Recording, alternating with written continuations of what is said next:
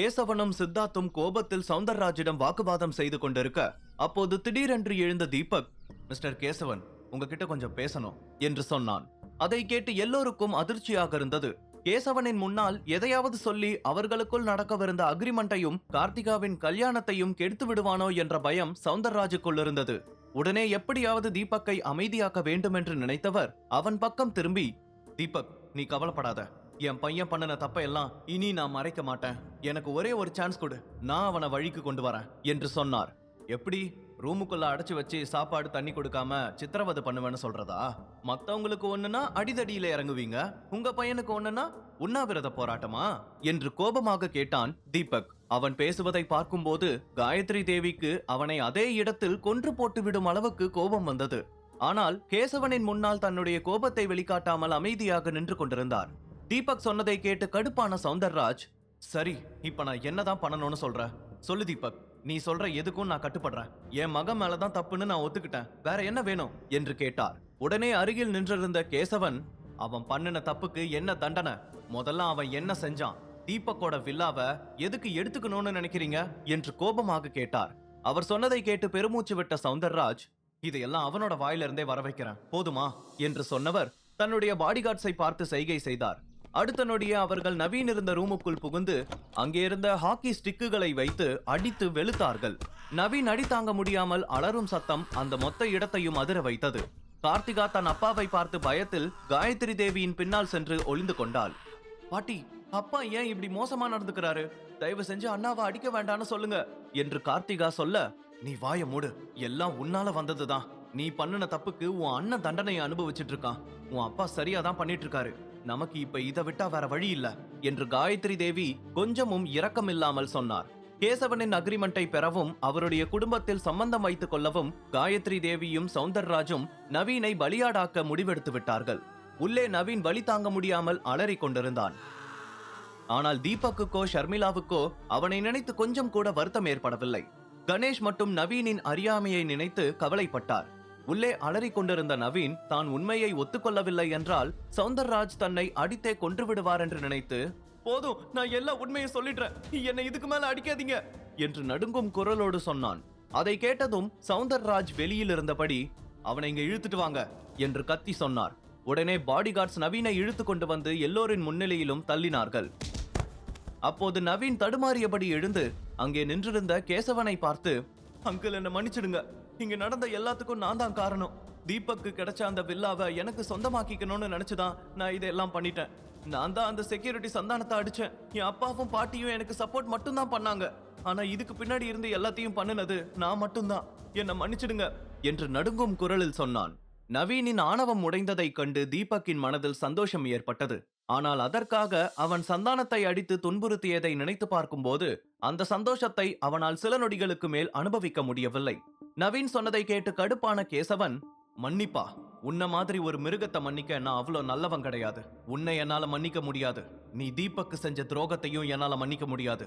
தீபக்கை ஏமாத்தினதுக்காக அவரோட காலில் விழுந்து மன்னிப்பு கேளு, இல்லன்னா உன்னை நான் என்ன பண்ணுவேன்னு எனக்கே தெரியாது என்று கோபமாக சொன்னார்.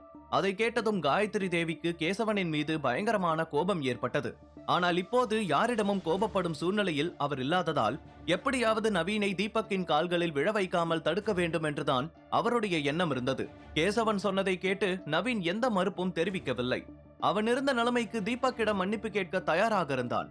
நவீன் மட்டும் எதுக்கும் உதவாத அந்த தீபக் காலில் விழுந்தா அதை விட பெரிய அவமானம் எனக்கு வேற எதுவும் இருக்காது என்று சொன்ன காயத்ரி அருகில் நின்றிருந்த ஒரு பாடிகார்டிடம் காதில் ஏதோ கிசுகிசுத்தார்.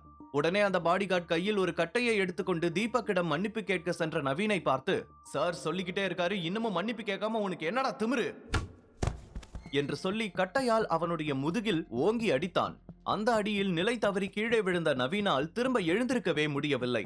அதை பார்த்த கேசவன், டேய் ஃபூல், அவன் தான் மன்னிப்பு கேட்க வந்தான்ல, அவனை எதுக்கட அடிச்ச என்று கோபமாக கத்த, உடனே அந்த பாடிகார்ட் சாரி சார் என்று சொன்னபடி பின்னால் சென்று நின்று கொண்டான். என்ன நடக்கிறது என்று புரியாத சௌந்தர் காயத்ரி தேவியை திரும்பி பார்க்க அவர் கண்களால் சைகை மட்டும் செய்தார். நவீன் அடிபட்டு செத்தாலும் பரவாயில்ல, பொண்டாட்டி கிட்ட வாங்கி திங்கிற ஒருத்தனோட கால்ல அவனை விழவிட மாட்டேன் என்று காயத்ரி தேவி வைராகியத்துடன் தனக்குள் சொல்லிக் கொண்டார். தீபக்கிற்கு காயத்ரி தேவியின் எண்ணம் என்னவென்று நன்றாகவே புரிந்தது. அவர்தான் வேண்டுமென்றே நவீனை அடித்து விழ வைத்தார் என்பதும் அவனுக்கு தெரிந்திருந்தது. அந்த சமயத்தில் எதிர்பாராத விதமாக நவீன் மெதுவாக எழுந்தான். அதை பார்த்து காயத்ரி தேவியும் சௌந்தரராஜும் கொஞ்சம் அதிர்ச்சி அடைந்தார்கள். இந்த முறையும் பாடிகார்டை வைத்து அடித்தால் மாட்டிக்கொள்வோம் என்று நினைத்து காயத்ரி தேவி எதுவும் செய்யாமல் அமைதியாக இருந்து கொண்டார். அப்போது நவீன் தடுமாறியபடி எழுந்து தீபக்கை நோக்கி மன்னிப்பு கேட்க வந்தான். ஆனால் தீபக் அவனை தடுத்து, நீ என் காலில் விழ வேண்டிய அவசியம் இல்ல. அதுக்காக நான் உனக்கு கருணை காட்டுறேன்னு நினைக்காத. உன்ன மாதிரி ஒரு கோழை கிட்ட சண்டை போடுறதுலயோ காலில் விழ வைக்கிறதுலயோ எனக்கு உடன்பாடு கிடையாது. இதுதான் உனக்கு கடைசி வார்னிங். இதுக்கு மேல என் விஷயத்திலயோ என் ஃபேமிலி விஷயத்திலயோ தலையிட்ட பேசிக்கிட்டு இருக்க மாட்டேன் என்று கோபமாக சொன்னான். உடனே அவர்களின் அருகில் வந்த சௌந்தரராஜ் மீண்டும் ஒரு முறை நவீனின் கன்னத்தில் அறைந்து, உன்னை பெத்ததுக்கு உண்மையிலேயே நான் வெக்கப்படுறேன் என்று சொன்னவர் தீபக் மற்றும் கேசவனை பார்த்து, என் பையனை இந்த ஒரு தடவை மட்டும் மன்னிச்சு விட்டுருங்க. இதுக்கு மேல கண்டிப்பா அவனால உங்க யாருக்கும் எந்த தொந்தரவும் வராது. அவனுக்காக நான் உங்ககிட்ட மன்னிப்பு கேட்டுக்கிறேன். பெத்த பையனோட பாசம் என் கண்ணை மறைச்சிடுச்சு. அதான் நாங்களும் எதை பத்தியும் யோசிக்காம அவனுக்கு சப்போர்ட் பண்ண வேண்டியதா போயிடுச்சு என்று சொன்னார். அதை கேட்டு கேசவன், ஆனா என்று ஏதோ சொல்ல வருவதற்கு முன்பு காயத்ரி தேவி குறுக்கிட்டு, சம்மந்தி, அதான் பிரச்சனை எல்லாம் முடிஞ்சதுல. தீபக்கும் நவீன மன்னிச்சுட்டான். என் மகன் சௌந்தரராஜும் நவீன் பண்ணன தப்புக்கு தண்டனை கொடுத்துட்டான். அவ்வளவுதான், இந்த பிரச்சனையை இதோட மறந்துடலாம். நீங்க வாங்க, நாம அக்ரிமெண்ட்ல கையெழுத்து போடுறேன் என்று சொன்னார். இவ்வளவு நேரம் அமைதியாக இருந்த காயத்ரி தேவி இப்போது கொஞ்சம் கூட வெட்கம் இல்லாமல் பணத்துக்காக மீண்டும் கேசவனிடம் பேசியதை பார்த்து தீபக் அருவருப்பாக உணர்ந்தான். உடனே கோபமாக முன்னால் வந்து, பாட்டி, விஷயம் என்னமோ முடியல. நவீன் பண்ண தப்ப ஒத்துக்கிட்டாலும் அவன் சந்தானத்தை என்ன செஞ்சான்னு சொல்லவே இல்லையே.